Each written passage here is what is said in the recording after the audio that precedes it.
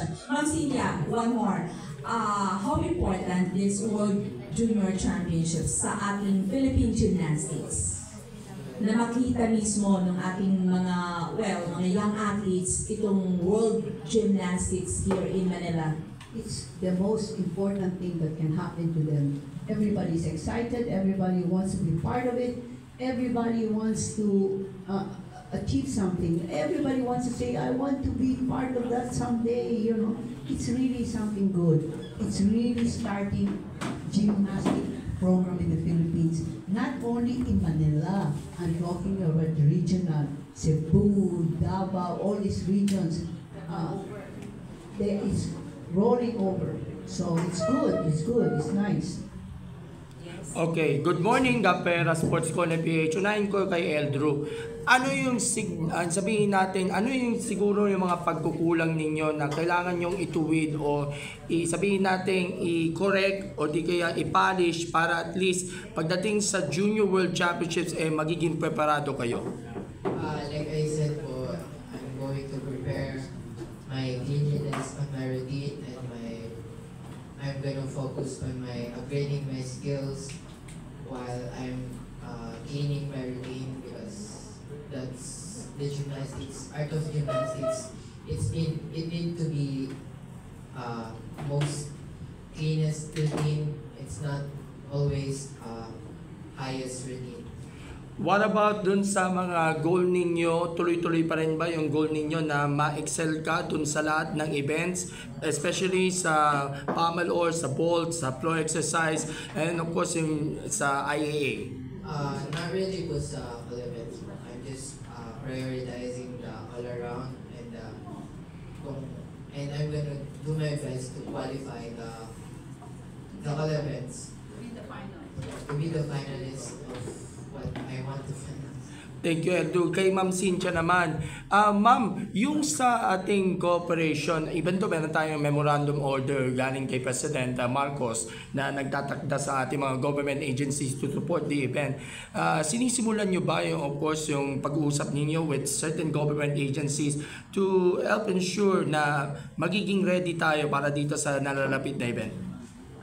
Yes, I even asked for the help for all the senators. And the senators like Kia Cayetano is very, very helpful. She gave us 20 million. And the other senators, the government is all ready for it. Bongo and senators, the senators are Mike Villar, Chis Escudero, they're all looking forward to these World Championships. Lastly, may iba naman tayo. Of course, andyan pa rin yung rhythmic, andyan din yung aerobic and trampoline gymnastics. What is the latest updates natin on other routines na meron tayong mga national teams in GAP? Thank you. No, very good question. You know why? Because this is amazing. We have so much disciplines and each one needs coaching, each one needs judges. I'm so happy we have now a chairman that understands it. Every time I text him, he understands, he answers right away, and he's doing everything in his power to make sure that all our disciplines get some share. Like we're going to have now another GAP challenge for rhythmic. We're going to have GAP challenge for Aerobic. For aerobic. For Trampoline. So it is, and guys, can I ask you a question? Yes. Okay. Go. And then can I see your I will ask you. Now, how many of you think that Eldrew will win the gold medal? Wow, did you see that hand? Sure. Thank you. I didn't see the hand of Diane Casteleo. Easy. I didn't see Okay, wait someone. Two hands. So, sige ma'am. She's one of our biggest supporters, Diane. Yes. So, we're looking forward to the World Championships na ito.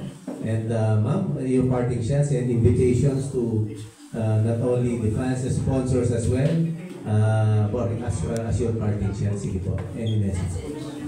My very short and clear. And I want this to be a big success, and I can only make it a big success with your help, media, the government, the sponsors, and of course, my athletes. So both men and women, mag and wag. So I pray that all of you will be behind gymnastics and all of you will be helping us. Okay? Thank you very, very much. Thank you, Bong. Thank you, everyone. Yes, si Andrew, message sa mga supporters or also an appeal to individual sponsors. Baka maraming gusto tumulong pa sa'yo. Sige, take an appeal. Yeah.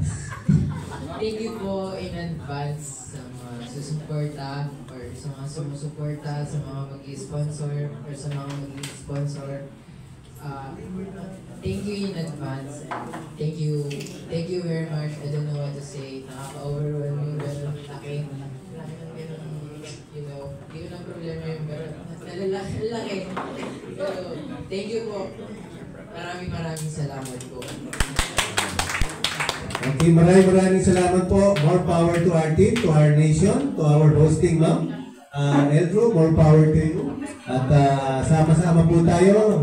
Alam natin, it takes a nation to be the champion. Maraming salamat po. This has been your PSA Sports Forum. Until next time.